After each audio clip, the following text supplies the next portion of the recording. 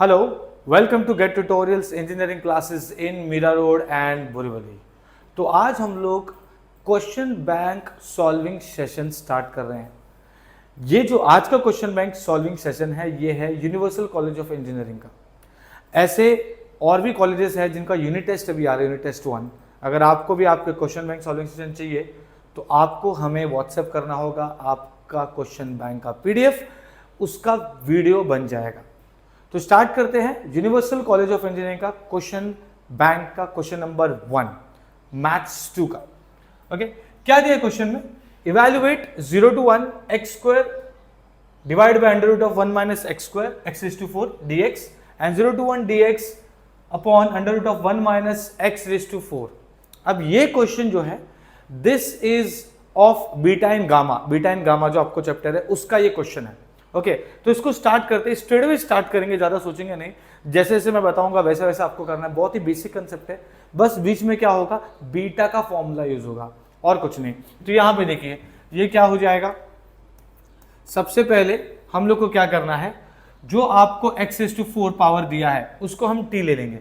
इसका मतलब अगर मैं put x raise to 4 is equal to t, अगर मैं लेता हूं put x raise to 4 is equal to t, तो x क्या हो जाएगा, t रेज़ टू 1/4।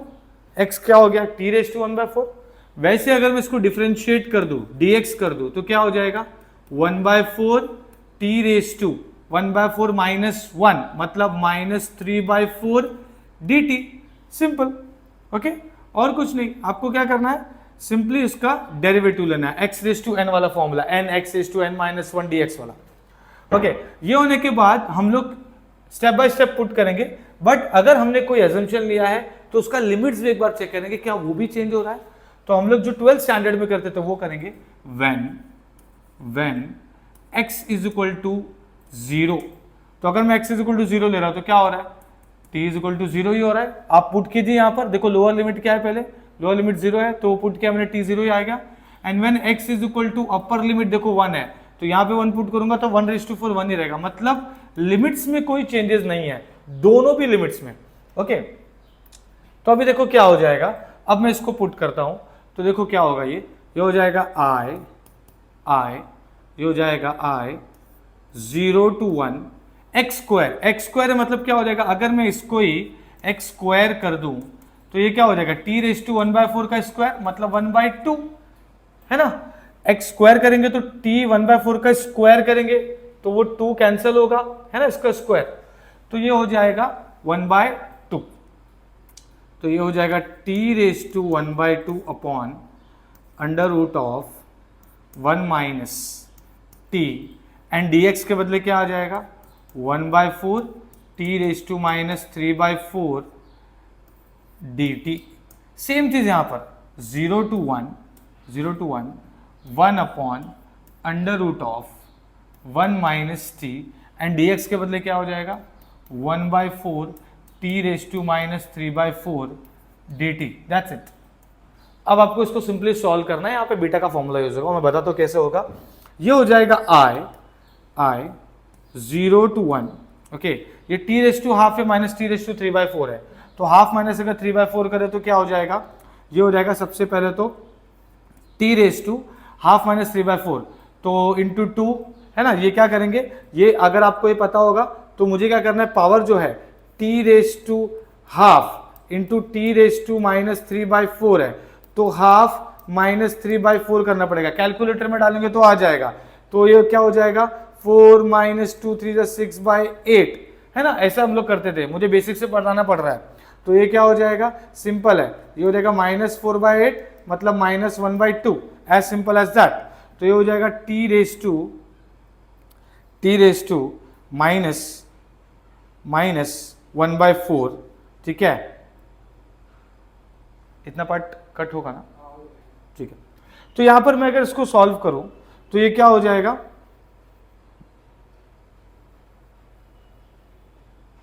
ओके। तो अभी यहां पर मुझे क्या करना है, t रेज़ टू माइनस 3/4, ये पावर देखो t raise to 1/2 in t raise to minus 3/4 है, तो मैं क्या करूंगा, ये हो जाएगा t raise to 1/2 and t raise to minus 3/4। इसको सॉल्व करेंगे तो हम लोग को मिल जाएगा 1/2 माइनस 3/4, क्रॉस मल्टीप्लाई कर दो 4 माइनस 6 तो -2/8 मतलब -1/4, तो ये हो जाएगा t रेज टू -1/4, और ये नीचे है जो √1 - t, ये ऊपर आ गया, ये हो जाएगा 1 - t रेज टू -12, क्योंकि ऑलरेडी √ है, और यहां पर ये 1/4 में आगे ले लेता हूं, ओके 1/4 आगे ले लेता हूं dt, ओके। सेम चीज यहां पर, ये 1/4 आगे ले लिया 0 to 1, okay, t raise to -3/4 है, -3/4, एंड देन ये 1 - t रेज टू -12, क्योंकि नीचे √ है, ऊपर ले गया तो -12 हो गया, एंड dt, ओके। सिंपल है, एकदम सिंपल कैलकुलेशन है। अजम्पशन लिया, उसको पुट किया, dx को पुट किया, यहाँ पे किया, एंड देन उसके बाद t रेज टू -1/4, इसको सॉल्व करके ये ऊपर लेके गया। अब ये पूरा का पूरा जो पार्ट है ना, ये एक पार्ट और ये एक पार्ट, इसको हम लोग सॉल्व करेंगे, अलग अलग नहीं करना है, मैं आपको बता रहा हूँ फॉर्मूला हम लोग को अप्लाई करना है। तो फॉर्मूला क्या है बीटा का फॉर्मूला है 0 to 1, ओके। रीजन के साथ अगर हम लोग लिखे तो बीटा का फॉर्मूला है 0 to 1 x raise to m 1 - x raise to n dx is equal to beta m+1, n+1। फिर ये कुछ तो आ जाएगा, तो एक और फॉर्मूला है बीटा m, n का, वो क्या फॉर्मूला बीटा m, n का, that is gamma n plus gamma m+n, as simple as that, okay. तो ये फॉर्मूला दोनों यूज होने वाला है, तो हम लोग यही चीज यहां पे अप्लाई करेंगे। तो अभी देखो क्या हो जाएगा, मैं अगर इसको यहीं पे अप्लाई करूं तो ये क्या हो जाएगा, दिस विल बिकम व्हाट, ये हो जाएगा I is equal to, this is 1/4 है ना, ये हो जाएगा बीटा m, देखो यहां पर m ये n है, तो मैं क्या करूंगा m+1, मतलब ये हो जाएगा -1/4 +1, -12 +1। सेम चीज इसके लिए भी करेंगे, 1/4 वैसा का वैसे ही, बीटा ये हो जाएगा -3/4, तो ये हो जाएगा -3/4 +1, एंड यहां पर -12 +1, सिंपल। अब ये क्या हो जाएगा, I इज इक्वल टू 1/4, ये हो जाएगा बीटा, इसको सॉल्व करेंगे, -1/4 +1 मतलब 4 1 4, -1 + 4 इज इक्वल टू, ये हो जाएगा 3/4, और ये हो जाएगा +12, ठीक है, और ये भी हो गया 1/4, ये हो जाएगा बीटा, ये हो जाएगा 4 तो -3, तो ये हो जाएगा 1/4, +12। अब ये हो गया बीटा m, n, मतलब ये वाला फॉर्मूला यूज करेंगे। पहले हमने यहां से जो यहां पर गए, हमने क्या यूज किया, ये बीटा का स्टैंडर्ड फॉर्मूला, ठीक है। उसके बाद बीटा m, n का फॉर्मूला यूज करेंगे, तो ये क्या हो जाएगा, ये हो जाएगा I is equal to 1/4 is 1/16, ये हो गया। अब इतने पार्ट का हम लोग वो यूज करेंगे, तो ये हो जाएगा gamma 3/4 gamma 1/2 upon gamma 3/4 + 1/2। Same चीज यहां पर भी, gamma 1/4 gamma 1/2 upon gamma 1/4 + 1/2, simple. मैंने क्या लगाया, वो वाला फॉर्मूला लगा दिया बीटा का, दो फॉर्मूला लगेगा इस फॉर्मूले में, ठीक है। इस सम में आपको दो फॉर्मूला लग रहा है, एक ये वाला बीटा गामा का स्टैंडर्ड फॉर्मूला बीटा का, और ये बीटा m, n, बस दो फॉर्मूले में ये पूरा सम सॉल्व होगा।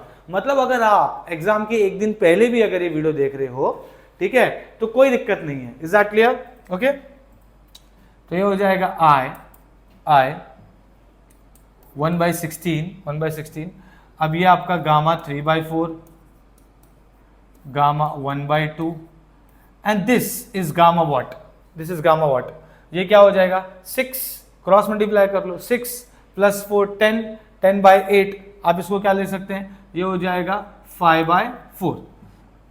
यहां पर गामा 1/4 गामा हाफ, ठीक है, और ये क्या हो जाएगा 2 + 4, क्रॉस मल्टीप्लाई कर लो, कैलकुलेटर में डाल लो, ठीक है। तो 2 1 2 + 4, दैट इज 2 + 4 इज 6/8, 6/8 मतलब क्या हो गया गामा 3/4। तो सिंपल है, मैं इसको और इसको कैंसिल कर दूंगा, ओके, इसको और इसको कैंसिल कर दिया। अब ये गामा π/4 है। अब यहां पर भी एक फॉर्मूला है, अगर आप सपोज आपके पास गामा n है, तो हम लोग उसको n-1 गामा n-1 लिख सॉल्व कर सकते हैं।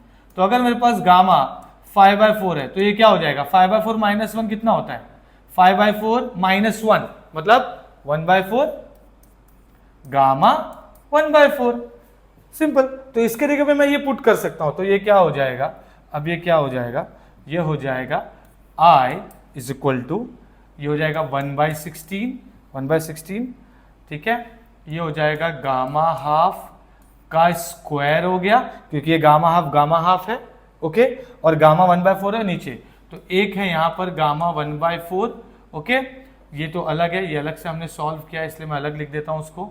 नीचे gamma 5/4, gamma 5/4 is what, 1/4 gamma 1/4, तो ये हो गया कैंसल, ठीक है, और ये भी हो गया 4 1 जा 4 4 जा, तो हमारे पास बचा क्या, I इज इक्वल टू 1/4, ठीक है, okay, I is equal to 1/4 और गामा हाफ का होल स्क्वायर, मतलब मैं क्या करूंगा, गामा हाफ। अब एक और चीज, गामा हाफ की वैल्यू क्या होती है, मैं यहां पे लिख देता हूं, गामा हाफ का जो वैल्यू है दैट इज √π।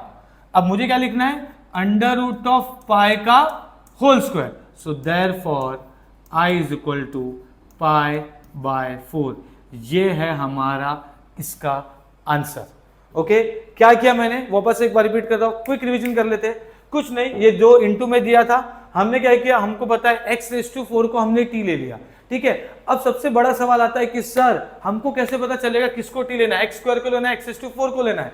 क्या करना है, हमको x⁴ को t लेना है, क्यों, क्योंकि हमारा फॉर्मूला बोलता है कि 1 - x⁴n होना चाहिए, ठीक है, n नेगेटिव आएगा चलेगा, लेकिन ये सिर्फ x होना चाहिए। तो मैं क्या करूंगा, इसको, ये x⁴ है तो मैं उसको t लूंगा, ताकि वो हर जगह 1 - t हो जाए। ये देखो 1 - t 1 - t, ये फॉर्मूला बनेगा। Is that clear? इसीलिए इसको लिया मैंने x⁴ को t।